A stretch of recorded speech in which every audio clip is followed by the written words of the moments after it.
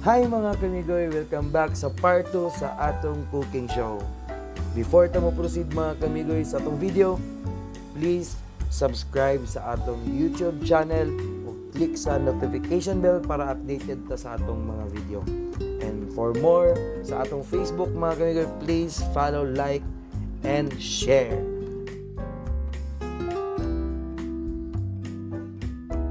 Mga kamigoy, ang atong recipe for today is steamed lapu-lapu with tausi sauce.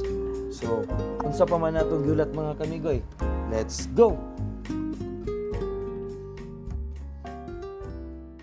Mga kamigoy, nara atong napalit nga lapu-lapu. So, ato na nagipahinluan daan dito sa market para diretso na nato igon na nato sa hugasan para dito marinate. Ato din andam ang iyang mga ingredients mga kamigoy or lamas. Sibuyas dahonan, dayon sibuyas bombay, luya, then ang last din mga kamigoy is ahos.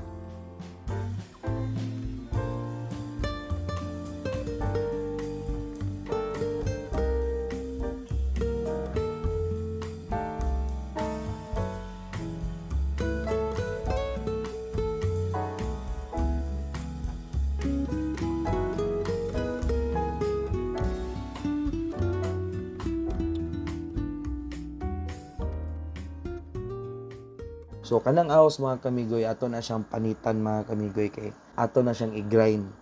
Kay basta mga sauce ganing mga kamigoy atong buhaton, dapat ang garlic ato mas maayo nga ato gid siyang i-grind mga kamigoy kay para lasa kay ang ato ang sauce. Mao na ni ang iyang result mga kamigoy. After naman kamigoy, ato ding i-marinate ang isda nga lapu-lapu. So first is patis.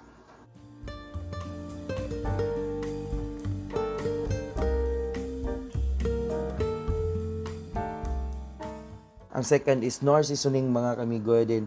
Ang third is olive oil.